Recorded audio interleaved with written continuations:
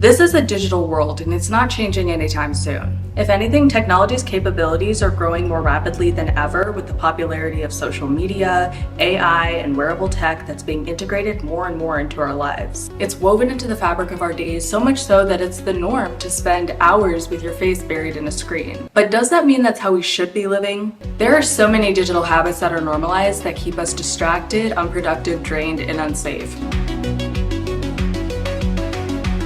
For years, I struggled with being constantly distracted by social media, with my screen time often reaching 9 to 10 hours a day. I was becoming increasingly unproductive and overwhelmed, while the motivation needed to meet my goals was decreasing. After confronting my unhealthy digital habits and replacing them with healthy ones, I was able to gain back a lot of productivity and motivation. I started using technology as a tool instead of letting it use me by stealing my time, attention, and energy.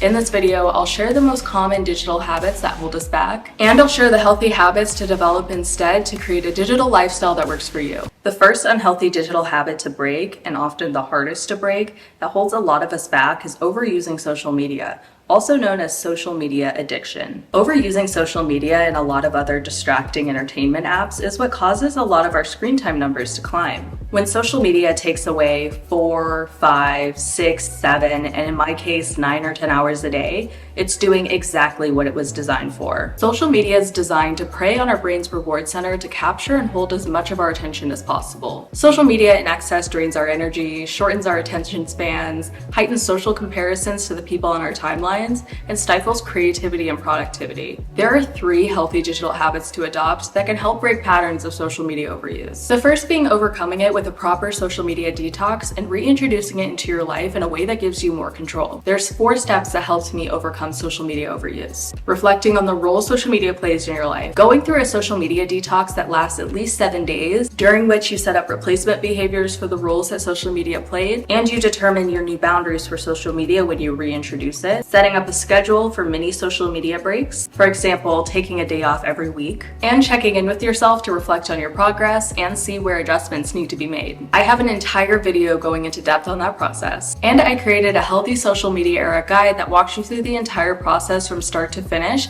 that lets you apply the steps to your own situation, all organized within a single template. As of right now, the Healthy Social Media Era Guide has been downloaded by and helped over 250 of my viewers. The link for both the video and the Healthy Social Media Era Guide are linked in the description. The second healthy digital habit that can help to break patterns of social media overuse plays a huge supporting role to reintroducing social media successfully. Overusing social media and other distracting apps often means that you're allowing yourself unrestricted 24/7 access to these apps. The healthy habit is to create off-limit times on a daily basis by restricting your access during those times. After going through the social media detox, it's time to reintroduce these apps in a healthy way. And a great way to do that is to use tools to restrict your access during the times that you've determined that you don't need to be on social media. When anyone would make the suggestion that I use my iPhone screen time feature, I would kind of just want to roll my eyes at them because screen time doesn't work for me at all. You can set time limits for apps, but you can also skip them, and that was kind of the downfall of screen time for me. It got to a point where I would just kind of skip past it without even processing that it came up on the screen. Something that actually worked for me was using a more intense, heavy-duty screen time manager. I am not sponsored by them, but I currently use Opal. You can set up which apps you want blocked, but then also the time periods during the day where those apps will be blocked, and you set up the intensity to which those apps will be blocked during the time periods that you set up. They have a deep focus intensity that makes it impossible to skip past it or end the session early. If you click on an app that you blocked during deep focus mode, a little screen will pop up and it'll usually say something witty, but there's no option to snooze or skip. Your only option is to leave the app and stop trying to get inside of it.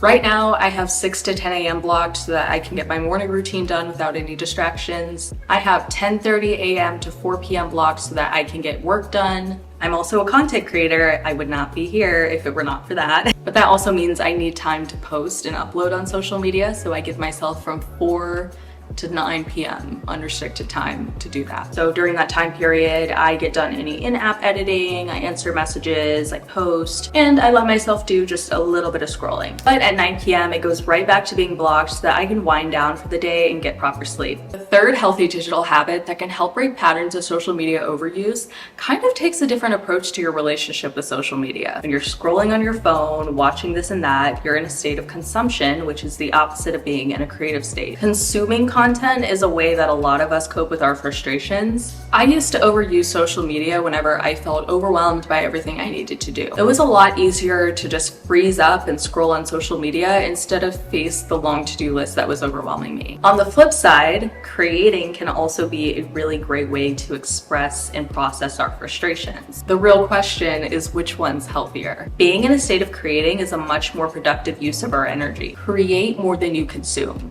I love those 5 words put together that way. Create more than you consume. Ways to actually implement that does not mean that for every single TikTok video you watch, you must also create a TikTok video. I mean, it can, but that might not be realistic. A fun little activity that I found to help boost my creativity while lowering my consumption is playing creative bingo. I set up creative bingo by filling a bingo card with literal creative tasks, challenges, and then some actions that help bring me closer to my overall goals. What you actually write on the bingo card should be things that you find fun, something that you would be excited to do, something that energizes you. And then just select a prize for yourself once you win bingo. Just a reward that you wouldn't normally give yourself. Then just input all of your bingo card options in list form into one of those random generators. Have ChatGPT randomly choose an option for you, or you can go old school and just write down all the options on little scraps of paper and then put them in a jar. Point is, you just want one of the options to be randomly chosen for you, and the option that's chosen is the one that you'd spend time completing. The frequency to which you are drawing out options and then completing them is up to you. You can do one every day, you can do one every weekend.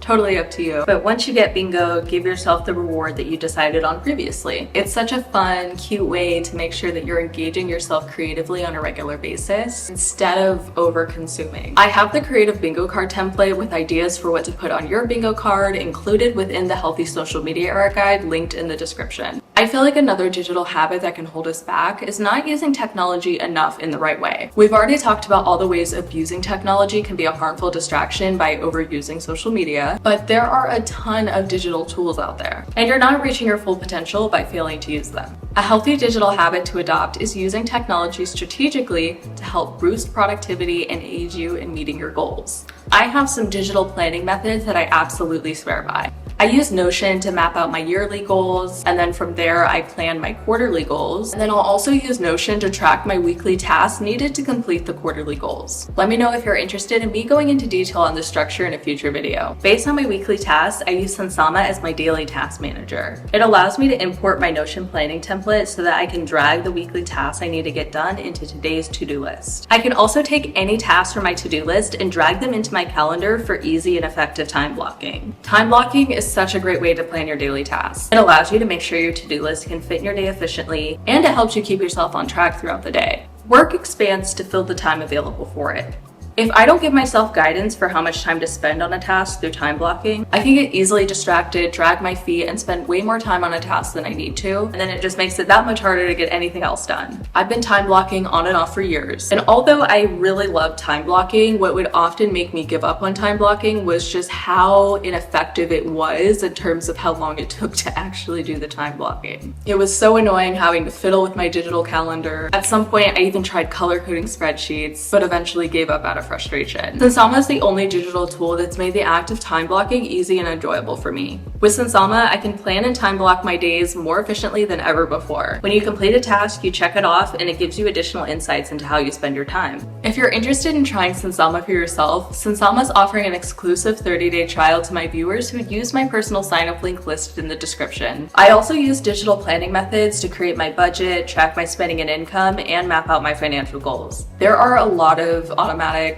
digital budgeting and tracking services out there, and I have tried a few, but none of them really match the level of control and specificity that I like compared to like these custom digital spreadsheets that I made when I was like 18. The last digital habit to break immediately is not keeping yourself safe online and failing to practice internet safety. As common as it is for people to have social media accounts, it's not nearly as common for people to go out of their way and educate themselves on what it is that they need to do to keep themselves safe online. There are a lot of people out there that prey on others to get access to their information, to steal from them, to stalk them. Having a digital presence can often make it a lot easier for those lowlives to accomplish that. That doesn't necessarily mean you should have zero digital footprint. I'm a social media creator, so I'm kind of just stomping around on the internet on the daily. But regardless of if you post as much as I do or you don't post at all, there are multiple things that you should be aware of and things that you should do to keep yourself safe. Remember what I said earlier about using digital tools to your advantage. There are a few digital tools out there to help track your sensitive information, which are the different pieces that make up your identity. And those tools make sure that your information stays secure and then alerts you if anything fishy comes up. Not sponsored by them, but I use Aura. I find it really comprehensive at keeping you secure online. It puts your phone number on the do not call list. It removes your information from data brokers and sites I didn't even know my information was sold to. It has an encrypted password manager that alerts you when your passwords are not as strong as they need to be. It makes sure your email addresses are secure. It has a VPN you can turn on to make sure that you're safe while browsing in public. It alerts you of any over-limit transactions in your bank accounts. Their desktop version even has an ad blocker. It tracks any and every piece of sensitive information that you give it. It alerts you if anything comes up to prevent attacks. They also give you certain tasks to complete to make sure that everything stays as secure as possible. Like I said, it provides a very comprehensive level of protection. I think it's so necessary in this digital age to have a tool that helps you find any vulnerabilities, helps you become more secure, and helps you stay aware of how secure your information is. There's also things you can do with your presence online to make sure that you're staying safe, especially when it comes to social media. I think a lot of us know not to post your literal address on the internet, but what a lot of people miss are the subtle ways they allow people to know where they live, where they go when they're not home, and other sensitive information. The first thing to do to prevent giving away those things is to stop posting on social media in real time. Like, okay, you went to this cute event, this concert, this restaurant. You don't need to post the pictures and videos that you took on your story while you're still there. Posting in real time means that people in real time know when you're not home. Depending on what you're posting, they know what event, what concert, what restaurant you're at, and they can pull up on you.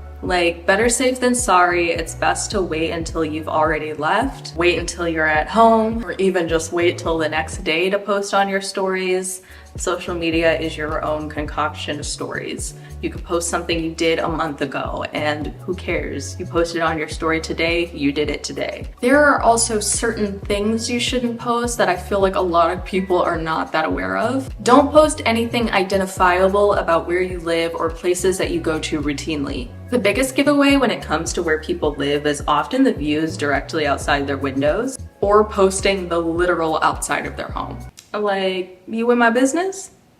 Don't do that. If you post anything identifiable about the places that you go to routinely, anyone with any familiarity of that area now knows where you shop. They know where you go to the gym. They know where you go a lot. So there's this bigger influencer in terms of following, and we used to live in the same city. I love her content. I've been following her for years, but she was so bad at this.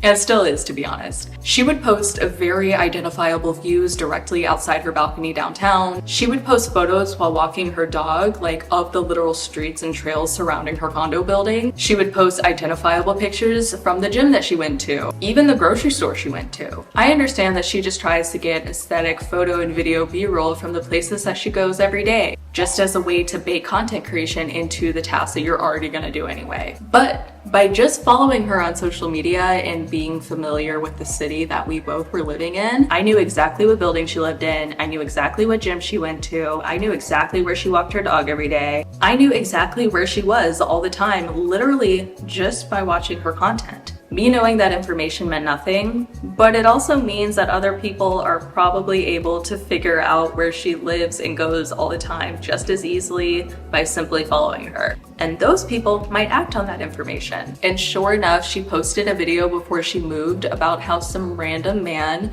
showed up multiple times to her building's lobby in the middle of the night requesting to be let up to her unit. Despite that happening, she moved to a different city and still posts photos and videos from the views directly outside her balcony, content of the outside of her building, content surrounding the building and the neighborhood she lives in. And the cycle continues for others who are familiar with her new city and with her neighborhood to know exactly where she lives and where she goes all the time. You can post your cute photos and videos just as long as you make sure that people can't identify where you live and where you go routinely. All right, y'all, those are the unhealthy digital habits that hold us back and the healthy digital habits that can help us use technology for the tool that it is instead of letting it use us. The Healthy Social Media Era Guide with the Creative Bingo template included is linked in the description. Find out for yourself why over 250 people love the guide for helping them build a healthy relationship with social media. All of the digital tools I talked about throughout the video are also listed in the description. Remember to use my personal link for Sunsama if you want an exclusive 30-day free trial that's not offered anywhere else. Also, add to this discussion in the comments. Let me know of any digital tools that you love to use and any unhealthy digital habits that you're looking to break this year.